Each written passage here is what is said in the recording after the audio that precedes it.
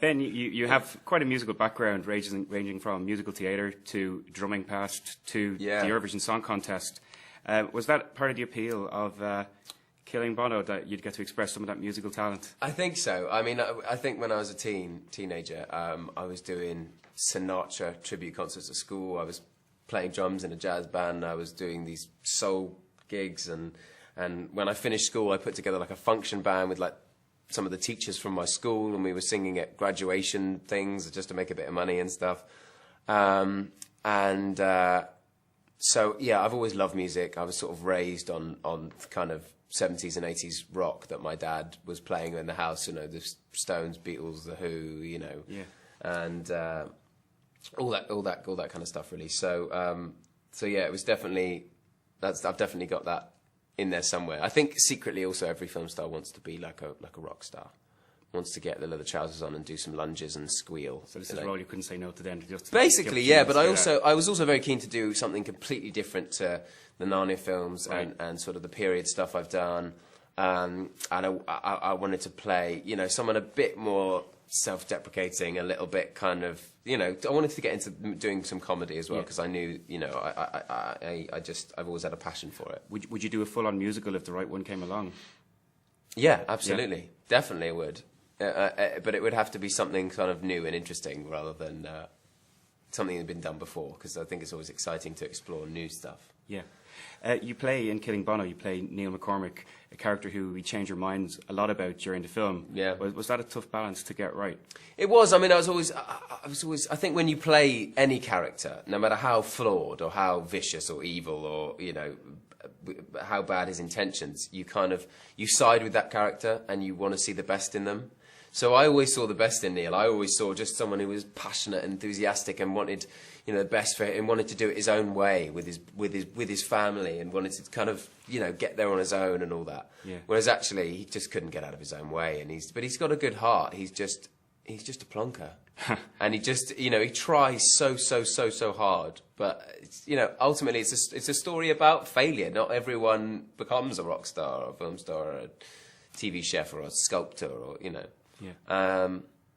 But, you know, they succeed in their own ways. And Neil is now, you know, a top kind of rock critic, and and he's written a book that's become a movie, and they're making a film about his life even though he isn't famous. I mean, if that isn't success, I mean, I don't know what it is, really. Did you meet him at any stage before you started shooting or during No, I the wasn't shoot? allowed to. No, okay. The director wouldn't let me. He said, his exact words of it, Neil is so annoying. If you try and copy him and his character in the film, no one will be able to sit through it. Right. So you have to ask him about why that was, because I've met him since, and he's a lovely fella. Right. But yeah, it wasn't. I didn't really want to kind of study someone on that. It wasn't like I was playing Ray Charles or, you know, Johnny Cash or, you know, one of those. I kind of had the freedom to be. I had to have the freedom to be kind of really disinhibited and make him as stupid as I wanted, and kind of bring a bit of with Nail into it, or a bit of like. I looked at Colin Farrell in Bruges, and that kind of boundless enthusiasm and kind of wide-eyed kind of, look, a dwarf, what's he doing there? You know, and all that. And I kind of wanted to bring that passion to it rather than kind of studying someone and presenting, because it's a silly movie. So rather than study a real-life character like Neil, did you look at any particular rock star, perhaps, for the stage performances? I looked at lots. I mean, for playing Neil, I wanted to play the voice that he wrote the book in, rather than the man himself, because he's characterised himself a bit in his story. Yeah. But yeah, we decided to make him, because he was, you know, we had to give him a bit of talent. He had to be able to kind of sing and be the front man for the story to work. But what we did was we kind of decided he couldn't really work out why he wanted what he wanted. So he wants to be famous. He wants to get there. So whatever's trendy, whether it's Wham, Queen, U2, David Bowie, Sting, reggae, whatever it is, he wants to do that, whatever the new trend is. So I looked at a lot of videos of like Jagger with Bowie and David Hyde doing his dancing, and kind of like Sting with the kind of, you know, that kind of, you know, with all the hemp clothes and everything. Right. And so I borrowed a little bit of each for all the different performances. And I think I sing about 10 songs on the soundtrack, and they're all a little bit different. Is that actually your voice on the soundtrack in the movie? Yeah. Yeah, okay. We spent 2 weeks in the studio recording all the songs and everything, and they're all like a little bit different, which makes it kind of quite fun, I think. And are the songs used, are they especially written for the film, or are there some shook-up numbers They're in there? especially written for the film. We've stolen a few lyrics, because even we couldn't come up with anything as ridiculous as what those boys came up with. Right. So we stole a few lyrics for 2 of the songs, I think, but the rest of them are kind of originals that just kind of have that feel to them. Okay. I have to ask briefly about the Irish accent, which is perfect, pitch Oh, perfect. I thanks. was wondering, was it tough to get that diddly I corrected? Was there a lot of preparation for that? No, not really, because we didn't really have the budget for a dialect coach or anything like that. Okay. So I spent about 2 hours with the dialect coach before I came over. And then I just stayed in the accent the whole time I was here. Even when I was in the pub, on the phone to my mum. Did anyone pick you up on it? No, No. not one. But I spent so much time with Robbie, and I was so keen to sound like brothers. I think I automatically sounded Irish-ish. Okay. Because I was so keen to sound like him. And I think he's from Laois or somewhere near enough anyway. So he was an influence then almost on the twang that you had and with the accent? Yeah, I think I was kind of going along doing my Irish accent, and then I'd hear him say, "Oh, look at that car.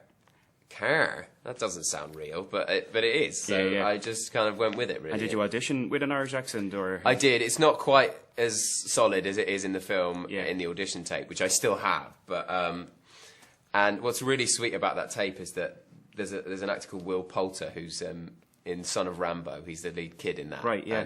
And he's in the Narnia film with me. So I auditioned in Australia. So he is reading the other lines. He's playing Ivan in the scenes. Okay. And you can hear him in the background. It's just before his voice broke, and he sounds like a little leprechaun. And so, yeah, that's very, very sweet, really, to have him do that. Speaking about Robert, I suppose you guys have a great brotherly dynamic on there. I was wondering, how did you get that? Did you hang out beforehand? Did you jam together? Not really beforehand, but yeah, we just clicked very, very, very quickly as kind of brothers. We hang out all the time. We were in the pub together. We were kind of watching films together. We'd hang out in each other's hotels while we were shooting. We rehearsed together kind of as a band as well, and I was watching him play guitar. But I think it was more like I didn't know who he was when he was cast at all. And then he gave me a DVD of Misfits, which I watched. And I was kind of came in the next day and like, "You're amazing. I love you. You're a comic genius. You're like a funny wizard." And so I was kind of in awe of him and very proud of him, weirdly. Yeah.